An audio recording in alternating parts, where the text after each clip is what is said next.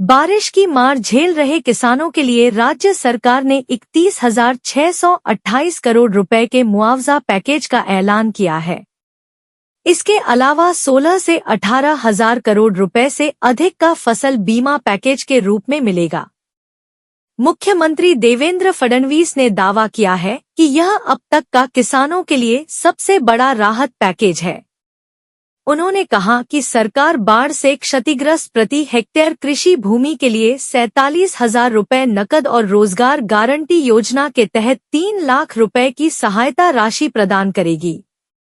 मंगलवार को मंत्रिमंडल की बैठक के बाद मुख्यमंत्री देवेंद्र फडणवीस ने पत्रकारों से कहा कि इस साल के मॉनसून में कुल 1.43 लाख हेक्टेयर भूमि पर बुवाई हुई की थी, लेकिन बाढ़ के कारण 68 लाख हेक्टेयर की फसल बर्बाद हो गई। बाढ़ के दौरान पानी के तेज बहाव के कारण 60,000 हेक्टेयर खेत की मिट्टी की ऊपरी परत बह गई। बाढ़ के कारण 36 में से 29 जिले और 358 में से 253 तहसील बुरी तरह से प्रभावित हुए हैं। मुख्यमंत्री फडणवीस ने कहा कि किसानों को दिवाली से पहले पूरी वित्तीय सहायता प्रदान की जाएगी। फसल नुकसान के लिए 6,175 करोड़ रुपए दिए जाएंगे। रबी फसलों के लिए प्रति हेक्टेयर 10,000 रुपए अतिरिक्त सहायता दी जाएगी। इसके लिए 6,500 करोड़ रुपए की अतिरिक्त राशि की आवश्यकता होगी। उन्होंने कहा कि फसल बीमा कराने वाले 45 लाख किसानों को प्रति हेक्टेयर 17,000 रुपए की बीमा राशि मिलेगी। राज्य सरकार ने कुल 31,628 करोड़ रुपए पैकेज राशि घोषित की है। 3.47 लाख प्रति हेक्टेयर जमीन बह जाने पर 10,000 रुपए प्रति हेक्टेयर रबी फसल के लिए अग्रिम सहायता, 27,000 रुपए प्रति हेक्टेयर मौसमी बागवानी फसल नुकसान, 32,000 रुपए प्रति हेक्टेयर स्थायी बागवानी फसल नुकसान, 35,000 रुपए प्रति हेक्टेयर शुष्क बरसाती किसानों को डोट, 37,000 रुपए तक प्रति दुधारू पशु, 30,000 रुपए कीचड़ से भरे कुओं की सफाई हेतु, 100 रुपए प्रति मुर्गी पालने वाले, 10,000 रुपए की सहायता पहाड़ी इलाकों के घरों को डोट, 50,000 रुपए तक की मदद दुकानदारों को डोट, छात्रों के लिए परीक्षा शुल्क में छूट, 10 साल में 55,657 करोड़ की मदद। किसानों को मदद के तौर पर 55,657 करोड़ की राशि। महाराष्ट्र में आए दिन बाढ़ या सूखे की मार किसान लगातार झेल रहा है।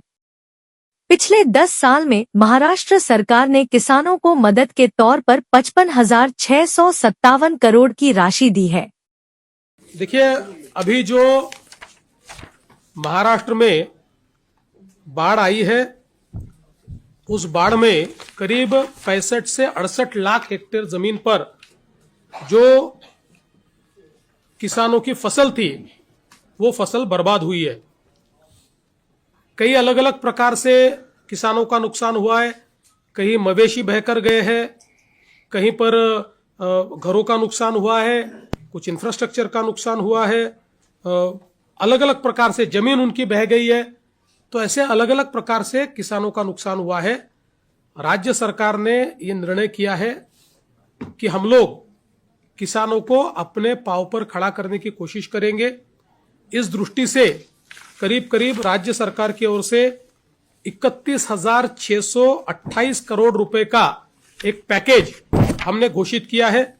इस पैकेज में जो जिनकी मृत्यु हुई है उनको मदद है, जख्मी है उनको मदद है, जो हॉस्पिटलाइज्ड है उनको मदद है, एक इमीडिएट मदद के रूप में 10,000 रुपया लोगों को है, जो दुकान वाले हैं उनको 50,000 रुपए तक की मदद है। इसमें जो घर गिर गए उनको नए सिरे से घर बनाने के लिए मदद करेंगे।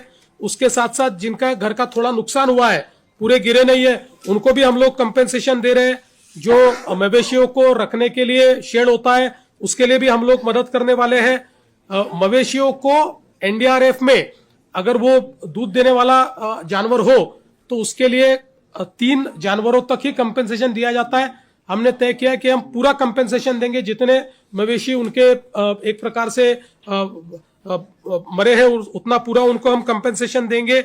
इसके साथ साथ हम लोगों ने कंपेंसेशन देने के लिए जो 2 हेक्टर की एक मर्यादा होती है उसको भी 3 हेक्टर करने का निर्णय लिया है।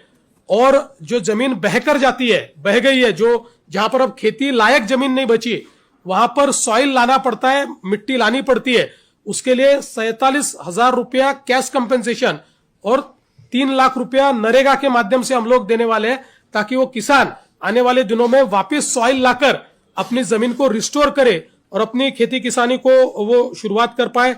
इस प्रकार का उनको मदद करने वाले।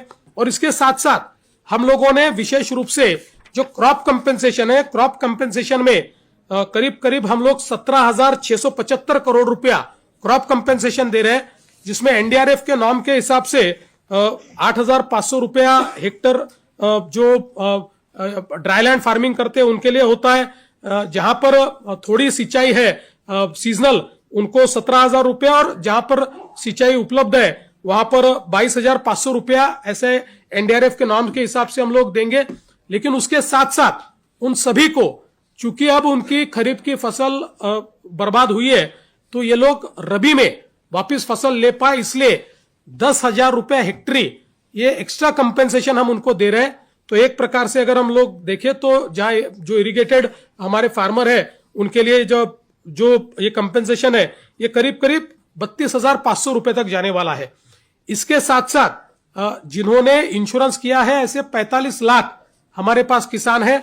इन 45 लाख किसानों को एक बहुत ही, अगर हम लोग कंजर्वेटिव एस्टिमेट ले तब भी इनको हेक्टरी 15,000 से 17,000 रुपए मिल सकते हैं, और करीब 5,000 से 10,000 करोड़ रुपया ये इंश्योरेंस के माध्यम से हमारे किसानों को मिलेगा।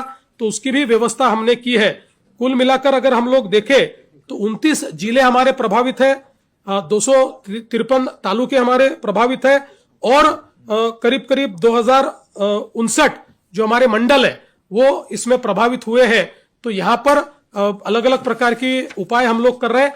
इसके साथ साथ नॉर्मली जब अकाल पड़ता है उस समय जो उपाय योजनाएं की जाती है, उन उपाय योजनाओं को इस समय हमने लागू किया है, उसी जीआर को इसके साथ हम लोगों ने लागू किया है। तो जिसमें जो हम लोग लैंड रेवेन्यू लेते हैं उसमें, या जो एक कर्जा होता है उसमें जो छूट देनी पड़ती है उसकी वसूली में, किसानों से हम बिजली का, तो अभी हमने बिजली मुफ्त की है तो उसमें तो कोई वसूली का सवाल ही नहीं उठता है। तो ऐसे कई बच्चों के लिए उनके जो परीक्षा शुल्क है उसमें छूट देना है, ये सारे उपाय हम लोगों ने किए हैं। कुल मिलाकर हमारा ये प्रयास है कि जो हमारे किसान हैं उन किसानों को हम लोग अपने पैरों पर वापस खड़ा कर पाए। देखिए, किसानों को जो मानसिक रूप से तकलीफ होती है, जो आर्थिक रूप से तकलीफ होती है, वो दोनों 100% उसका कंपेंसेशन कोई कर नहीं सकता, लेकिन कम से कम सरकार किसानों के पीछे खड़ा रहकर उनको रबी के लिए और अगले सीजन के लिए खड़ा कर पाए, इस दृष्टि से हमने इस पैकेज के निर्माण किया है। और सर एक सवाल ये भी है कि आपकी सरकार की तरफ से किसानों को मदद दी जा रही है, लेकिन कई जो किसान हैं, जो उनके परिवार वाले हैं, उनके पास शायद वो दस्तावेज, वो डॉक्यूमेंट्स नहीं होंगे। क्या उन किसानों को भी ये सहायता दी जाएगी? देखिए, इसके लिए दस्तावेज की आवश्यकता ही नहीं है, ये हमने अपने सर पर लिया है। इसका वैलिडेशन भी हम कर रहे हैं, इसका एग्रीस्टैक का अकाउंट भी हमारे पास है, तो इसलिए उनको कोई दस्तावेज देने की जरूरत नहीं है। इसका सर्वे भी हम लोग करते हैं, उसका वैलिडेशन भी हम लोग करते हैं, उसको उनके 7/12 के अनुसार उस गट में क्या क्या है उसकी एंट्री भी हम लोग करते हैं, उसको एग्रीस्टैक के साथ जोड़ते भी हम लोग हैं, और उसमें पैसा भी हम ही लोग डालते हैं।